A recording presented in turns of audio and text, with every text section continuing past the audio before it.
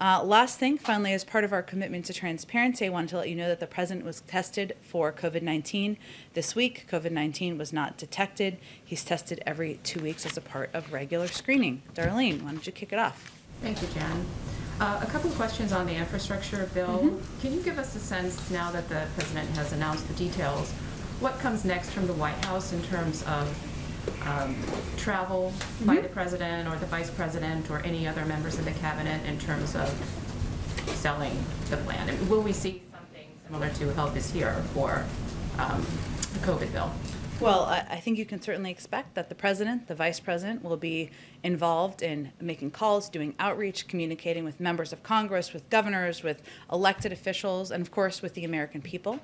I will say the piece that's slightly different, or in addition to, is what the president announced at the cabinet meeting, which is that he has asked some key members of his cabinet to serve in a jobs cabinet, to be front and center voices engaging with members of Congress, with leadership in Congress, with governors, with elected officials, with the American public through media and through other direct communications, also traveling around the country to communicate about this plan that he's proposed. So that's another piece of it that you will see grow over the coming weeks. And former President Donald Trump says that the tax increases that are in the corporate tax increases that are in the plan will shift more companies and jobs overseas, and that China will be the big winner there. It also depends on getting countries to stop a race to the bottom on corporate taxes, and we're just wondering, how do you get those other countries to go along with that idea of, not racing to the bottom on corporate taxes? Well, we have a little chart maybe we can pull up on the screen here. Hopefully. We'll cue it to come up just to show. Was it up before? Well, we'll bring it up again because it's a relevant one for people to take a look at, that just shows the journey of corporate tax rates over the course of the last several decades.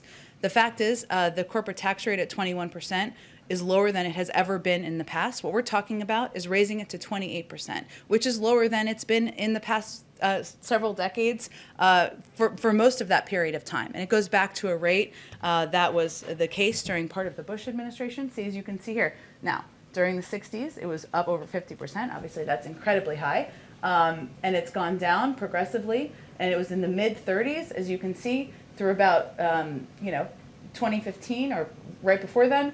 And then it went dramatically down. What we're talking about is just raising it to a rate that is lower than it has been through the vast majority of time over the last 70 years. And we think that's an incredibly reasonable proposal. I will say that in the wake of the 2017 tax giveaway to corporate America, I should say, 91 of the Fortune 500 companies paid no federal taxes. No, zero federal taxes. That is not something that the American people believe is fair, that we believe is fair. And what we're talking about here is making adjustments to the tax code to make it more fair, to invest in our infrastructure, invest in American workers, so that we can be more competitive over the long term. And then